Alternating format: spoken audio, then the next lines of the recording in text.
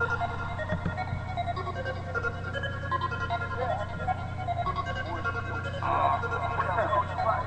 one time for my seat, hold up, man. I got this.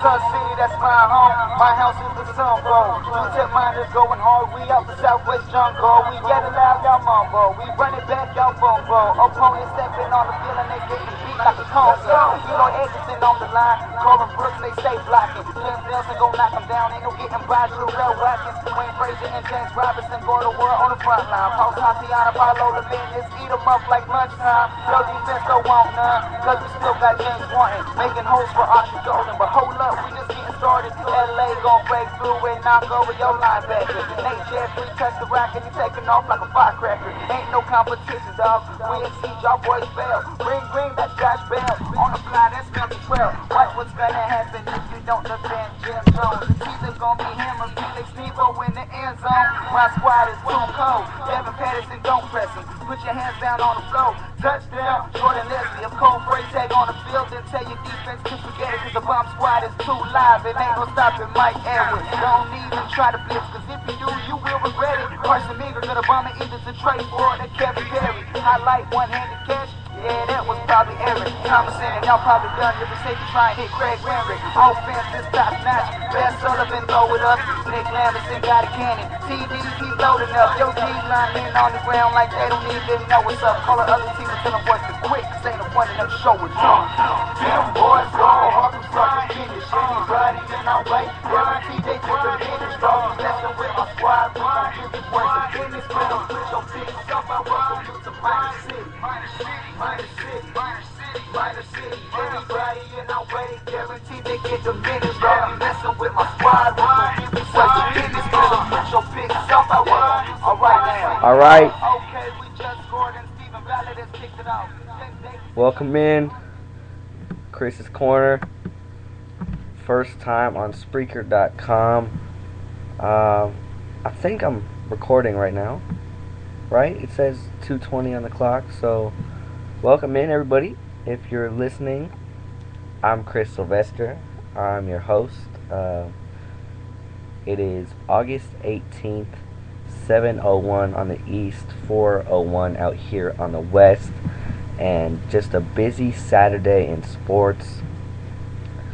This is our first show, or my first show, back from 1000mics.com. We weren't getting many views there. Hopefully we get more views here. National Sports. I'm affiliated with National Sports, so you know, it's what it is. I mean, we're gonna get it all situated and organized in the next week or so, and then we're gonna find ourselves a permanent home. You know, so far I really like Spreaker. I like the things that it brings to the table, and I really I just like the whole setup of it. I like how we can take commercials. I like how I can play my music in the background, and that's gonna be my intro song here on the show. It's called Minor City by my good friend Mal Salmonilla. You can follow him on Twitter at FreestylePro915. That's at FreestylePro915 on Twitter. You can follow me, Chris Sylvester, on Twitter, up at MLB Insider Chris. Only have 289 followers. I'm following 330, but Mike Trout is my follower. So if you want to be like Mike Trout, which everybody wants to be like Mike Trout, so hop on that Twitter and follow me at MLB Insider Chris. Lots to get to, an hour show. We're going to be with you for the next 57 minutes or so. So I'm new at this Spreaker.com thing, so we're going to be taking, I don't know, just maybe 2 or 3 commercial breaks throughout the time of the show. But yes, we're on air right now, and I'm very excited to get the show underway. So the big news today in the sports world, well, there wasn't any huge breaking news to get to yet. I'm sure more things will flow in through this next hour, but the AP has come out with its top 25 for the upcoming college football season. And 2 weeks from now, I'm going to be in El Paso getting ready for the Sooners and UTEP Miners game in the Sun Bowl.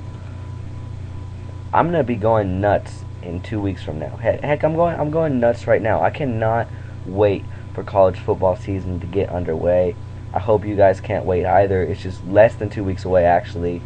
August 30th is when the first NCAA Division I game kicks off, and then most of the games will be on that weekend. Most of the games will come on Saturday. So really about 12 days until we finally get to see football back. And that's the reason why we miss football so much compared to other sports, because I know you basketball lovers out there, and I know you hockey lovers out there miss hockey and you miss basketball right now. But football has such a long off season that we haven't seen two teams play since January. I don't even remember January. It was so long ago. It was 7 months. It was over 7 months ago. So, and it was. I'm not gonna lie. As a huge college football fan like myself, I didn't enjoy watching the Alabama LSU game. I just absolutely hated how there was that rematch between those two teams, and Alabama just blew the door off LSU, and LSU got them the first time around in the regular season. But a rematch for the national championship, two SEC teams. I mean, the SEC's good. Don't get me wrong. I mean, I'm looking in the polls right now. They have 5 teams in the top 10, but I don't want to see an all SEC national championship ever again. That was so boring. I didn't even watch it until like the fourth quarter. I had LSU. I picked LSU, but I didn't really know. I mean, I'm not taking anything away from those two teams, but that was just a god awful national championship game. And this year, I'm not a USC fan. I'm not gonna lie to you. I'm not a UCLA fan.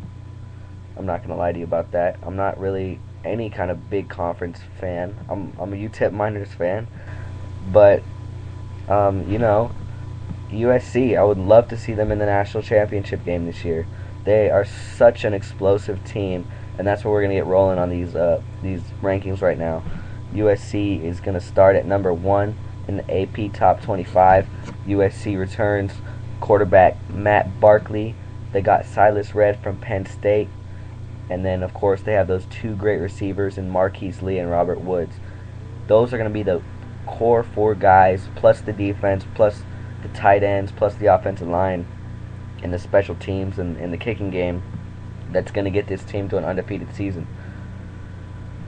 I mean, over the last 2 weeks, when people have been asking me about SC, it seems like the obvious choice to go with for the national championship game, and right now they are my pick, but I would not be the least bit surprised to see them slip up one game. Whether that's going to chance them, cost them a spot in the national championship game, that's going to remain to be seen, but I really do see USC possibly slipping up one game.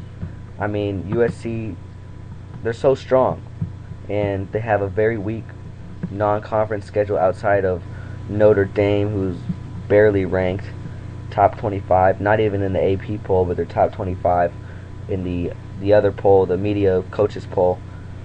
They start off against Hawaii. We can mark that as a win. Then they face Syracuse at home. That's another win for the Trojans.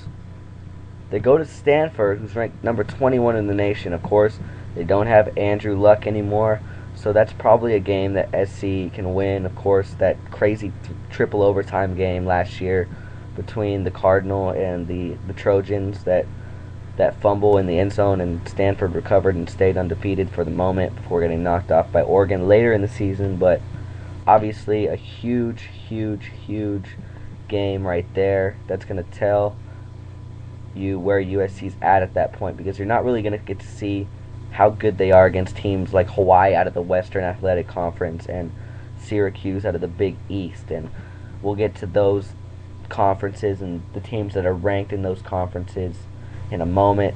But then, 4th week, home versus a young Cal team that has talent, but I don't think they're going to lose at home. But here's the game. Here's the game that everyone's been talking about, and here's the game that I agree with.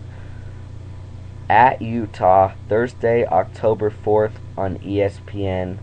That game's 6 o'clock Pacific time, 9 o'clock Eastern.